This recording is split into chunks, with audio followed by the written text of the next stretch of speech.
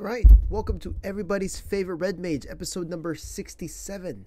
I'm Nothing Way, aka Spencer, and this is a 5-minute breakdown of a Red Magic the Gathering card, the properties, missed opportunities, and honestly what I think.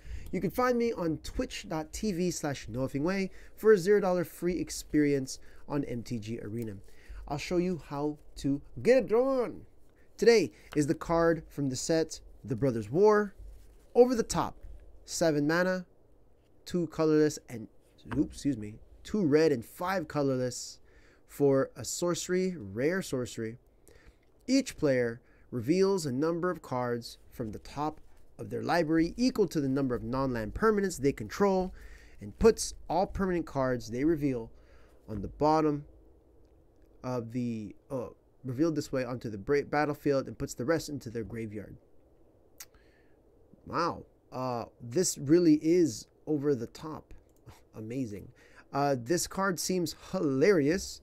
I lost for words, right? Lost for words. This takes the top of the library effect that red likes to do, and instead of exiling it, lets you gamble. See, red has a very fun gambling mechanic, and because they have a gambling mechanic, they are responsible for having this kind of mayhem just kind of happen.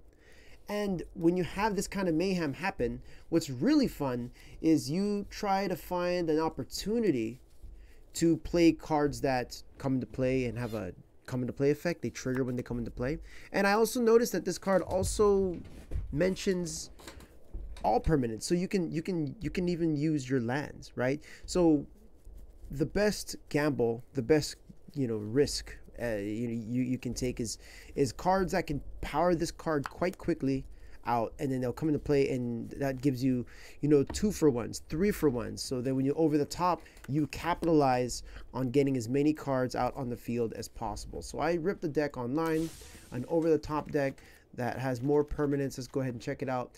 Looks like it has Bitter Reunion. It's an enchantment. Gala Greeters comes into when it comes into play, when other creatures come into play, this would be really good with over the top. It triggers. Courier Briefcase comes into play. It creates a 1/1 token.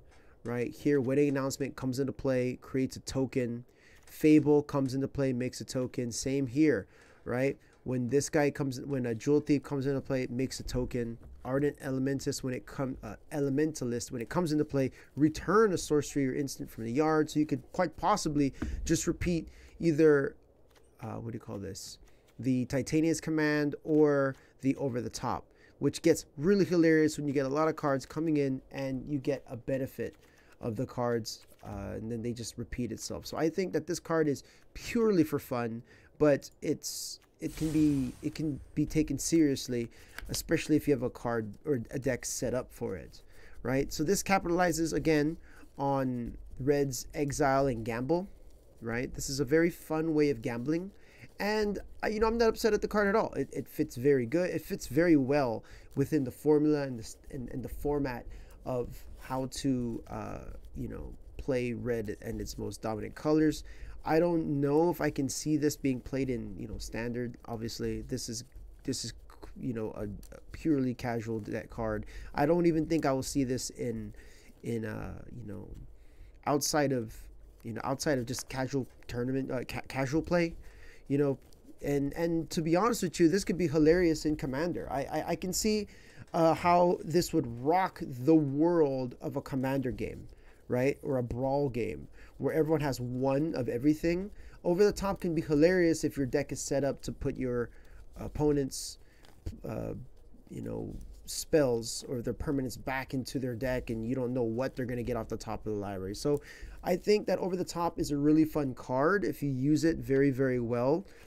You can power it out and make sure you have creatures that come out and do something, right? Don't forget, lands also count as permanents, so bonus points to you if you play Over the Top and you rip a lot of lands as well. It's kind of like powering them all out. So the quicker you get Over the Top, the better.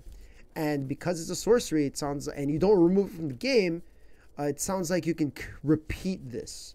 So you can play it, bring it back to your hand, play it, bring it back to your hand, and just kind of mess with your opponent. All right. Thank you for your time. Do you agree with me?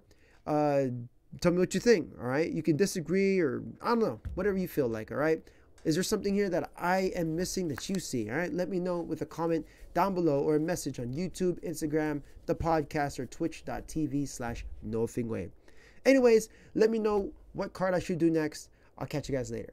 Episode 67 in the books. Peace.